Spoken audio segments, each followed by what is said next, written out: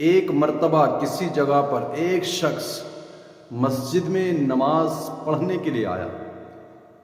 لیکن اس نے کپڑے ایسے پہنے ہوئے تھے جیسے کپڑے انسان عموماً اکثر و بیشتر سوتے ٹائم میں پہنتا ہے، یعنی جو زیب و زینت کے کپڑے ہوتے ہیں دن بھر کے پہننے کے، ان کو اتار دیتا ہے، عموماً لنگی یا کوئی بنیان وغیرہ پہن کر کے مرد حضرات سوا کرتے ہیں۔ تو اس نمازی نے لباس اینا پہنا تھا جس کو سونے کے وقت پہنا جاتا ہے۔ مسجد میں آیا، نماز ادا کی، کسی دوسرے انسان نے بھی اس کو دیکھا۔ اب یہ اپنی نماز ادا کر کے، نماز سے فارغ ہو کر کے جب مسجد سے باہر نکلنے لگا تو وہ شخص جو دوسرا اس کو دیکھا تھا وہ قریب آ کر کے کہنے لگا، بھائی السلام علیکم۔ اس نے جواب میں کہا وعلیکم السلام۔ تو اس آنے والے شخص نے اس نمازی سے کہا، بھائی اگر آپ کرم فرما دیں تو میری دلی خواہش یہ ہے کہ آپ میرے ساتھ میرے گھر تک چلیں، ہم وہاں بیٹھ کر کے چائے پئیں گے اور کچھ گپ شپ، کچھ بات چیت ہو جائے گی۔ جب اس شخص نے اس نمازی حضرت کو دعوت دی چائے کی، گھر پر لے جانے کی، اب اس نے جو سمجھ کر کے یا اس کی اصلاح کے لیے یہ بات کہی تھی، یا دلی خواہش اس کی یہی تھی کہ وہ چائے پلانا چاہتا تھا، میزبانی کرنا چاہتا تھا، تو اب اس نمازی نے اس چائے کی دعوت کو ٹھکراتے ہوئے کہا، بھائی میں آپ کی دعوت تو قبول کرتا ہوں لیکن آپ کے گھر جانے سے معذرت چاہتا ہوں، میں اس وقت آپ کے گھر نہیں جا سکتا۔ تو اس شخص نے اس سے پوچھا اس کی وجہ، تو یہ نمازی کہنے لگا کہ اس وقت میرے پاس لباس اس قابل نہیں ہے، اس طرح کا لباس میں نے نہیں زیب تن کیا کہ تمہارے گھر جا سکوں میں چائے کی دعوت پر۔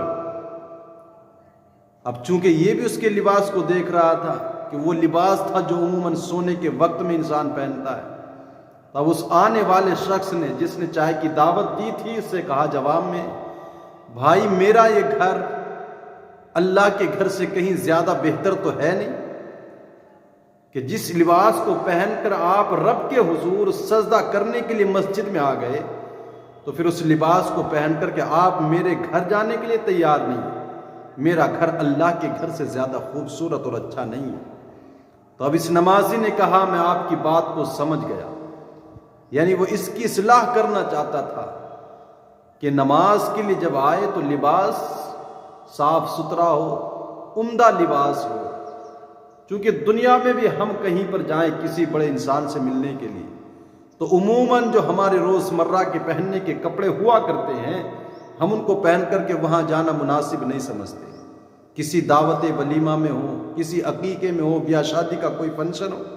تو ایک الگ خاص طریقے سے لباس تیار کیا جاتا ہے کہ ہمیں فنکشن میں جانا ہے، بڑے آدمی کے آفس میں ہمیں جانا ہے۔ تو اس دعوت دینے والے نے کہا میرا گھر اللہ کے گھر سے بہتر تو ہے نہیں، جب اس لباس کو پہن کے تو مسجد میں آ سکتا ہے تو میرے گھر نہیں جا سکتا۔ تو اس نے کہا مجھ کو تیری بات سمجھ میں آ گئی۔ تو غور کریں وہ لوگ جو اپنے کام و کاج کے کپڑے جو بہت زیادہ بعض دفعہ میلے بھی ہو جاتے ہیں لیکن انہی لباس میں نماز کے لیے آ جاتے ہیں، پاک تو ہوتے ہیں لیکن صاف نہیں ہوتے، پاس میں کھڑا ہونے والا گھن بھی محسوس کرتا ہے، اور گھن نہ بھی محسوس کرے تو یہ خود اتنی بات سوچے کہ کھڑا کہاں پر ہے، کس کے حضور آیا ہے، اس احکم الحاکمین کی بارگاہ میں کھڑا ہے کہ جس کے گھر، جس کے دربار سے بڑا کوئی دربار ہو نہیں سکتا۔ تو دنیا کے درباروں میں جائے تو اعلیٰ قسم کا لباس پہن کر کے جائے، اور رب کے حضور آئے تو بس یوں ہی روزمرہ کے معمولات کے کپڑے پہن کر کے بعض دفعہ چلا آتا ہے جو بہت زیادہ دیکھنے میں گندے دکھائی دیتے ہیں۔ تو اس نے اس کو یہ بات سمجھائی اور کہا رب قرآن میں فرماتا یا بنی آدم خذوا زینتکم عند کل مسجد، یعنی